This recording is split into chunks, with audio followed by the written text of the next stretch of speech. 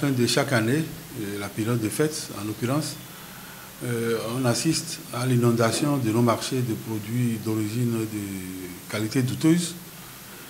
Et les risques sont d'origine sanitaire, sont d'origine financière aussi, pourquoi pas, parce qu'on n'arrive vraiment pas à maîtriser le coût des produits achetés en ce moment.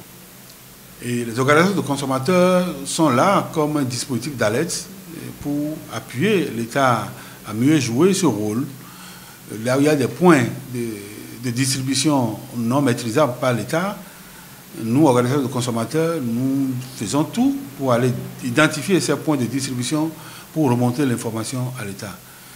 Mais malgré ce que nous faisons, on constate quand même que ces commerçants indélicats contournent toujours le dispositif mis en place. Alors, les produits qui sont déversés dans les marchés en ce moment-là sont souvent des produits d'origine de qualité douteuse. D'origine de qualité douteuse, et quand on parle de qualité et d'origine douteuse, c'est sur plusieurs plans. L'origine douteuse, c'est parce qu'un produit qui sort d'un pays, qui transite par un autre, qui échoue au Bénin, et qui n'est pas traçable, est d'origine douteuse. Il arrive que des produits destinés à la destruction, parce qu'impropres à la consommation, soient reconditionnés et on leur donne une autre identité. Ça veut dire qu'une autre source de provenance, on modifie leur date de péremption qui est repoussée, et là, ce produit n'est plus traçable. On peut dire que c'est d'origine douteuse. De qualité douteuse parce qu'il peut s'agir d'un produit contrefait. Contrefait parce qu'on a simplement copié ce que les populations ont aimé pendant longtemps, et on sait que ce produit-là, quand on le met sur le marché, ça coule vite. Des gens vont le copier en n'utilisant pas les mêmes spécifications que le produit de départ. Donc, vous prenez un produit qui semble être celui que vous aimez, mais en réalité, c'est autre chose qu'on vous présente. C'est le cas des boissons alcoolisées que vous trouvez. Il y en a de fleuratées, et il y en a de copiés, et vous voyez même au niveau du nom, on triche légèrement. Hein. Ce n'est pas exactement, mais c'est la même couleur au niveau de l'emballage, ce qui trompe le consommateur. Il peut arriver qu'on soit en face de produits dont la date de péremption n'est pas encore à terme, mais que ce soit des produits impropres à la consommation, du fait de la conservation. Et là, vous voyez, le produit commence par se détériorer. Il y a des produits qui sont des produits nouveaux qu'on n'a jamais vus sur le marché, que vous retrouvez. Mais en réalité, quand vous remontez, il s'agit de faux produits. Je prends la tomate concentrée. Il arrive qu'on identifie des purées de patates ou de pommes de terre avec des colorants et des conservateurs que les gens envoient sur le marché. Et quand vous ouvrez, il y a plusieurs couleurs que vous retrouvez. La couleur rouge, vermeil qu'on connaît de la tomate concentrée, ou bien la couleur rose, ou bien ça tire même vers le vert. Et on vous dit que c'est pour des mets spécifiques, c'est faux. C'est des produits contrefaits simplement. Ce n'est véritablement pas de la tomate. Et quand vous consommez ces produits, ça veut vous créer des situations, au plan sanitaire, vous pouvez développer le cancer de sang, et toute forme de cancer d'ailleurs. Vous pouvez avoir des problèmes digestifs. Vous pouvez avoir des perturbations hormonales. Et ça peut... vous avez nos femmes aujourd'hui qui ont des problèmes de conception, et pourquoi même pas des hommes. C'est des molécules qui désorganisent tout le système au plan hormonal. Vous pouvez développer des cas d'ulcères qui vont développer jusqu'au cancer, pourquoi pas. Donc, c'est vous dire que c'est des produits à risque. Et qu'est-ce qui amène les populations à aller vers ces produits? Le premier indicateur, c'est le coût.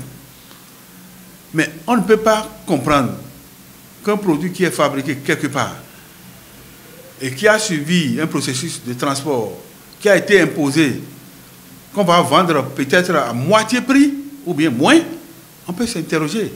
Et quand nous fouillons, nous nous sommes rendus compte qu'il arrive des moments où ces importateurs fuient les coûts de destruction de ces produits et préfèrent casser et brader plutôt que d'investir dans la destruction. Donc, le consommateur doit s'interroger sur le tarif pratiqué en ce moment-là. La deuxième chose qu'il faut vérifier, c'est la qualité physique du produit. Ça veut dire la couleur, la consistance.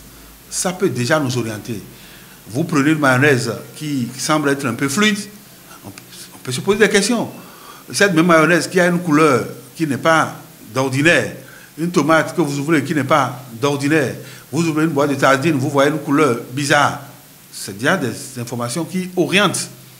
Mais il n'y a pas que ça. Il n'y a que le produit peut être aussi, peut garder l'emballage normal, la date de péremption normale et déclarer impropre à la consommation. Simplement parce qu'il a suivi des modifications au cours de la conservation. Il y a une mauvaise conservation. Vous prenez les produits congelés, que ce soit la volaille ou bien la viande, si la chaîne de froid est rompue à un moment donné, ça favorise le développement de beaucoup de micro-organismes qui peuvent créer des intoxications alimentaires.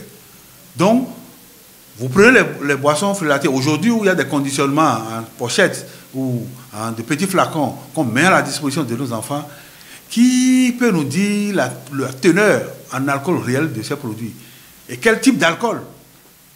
Donc, ce qui peut créer la cirrhose à nos enfants et des adultes aussi qui s'adonnent à ces produits-là et qui les consomment de manière incontrôlée.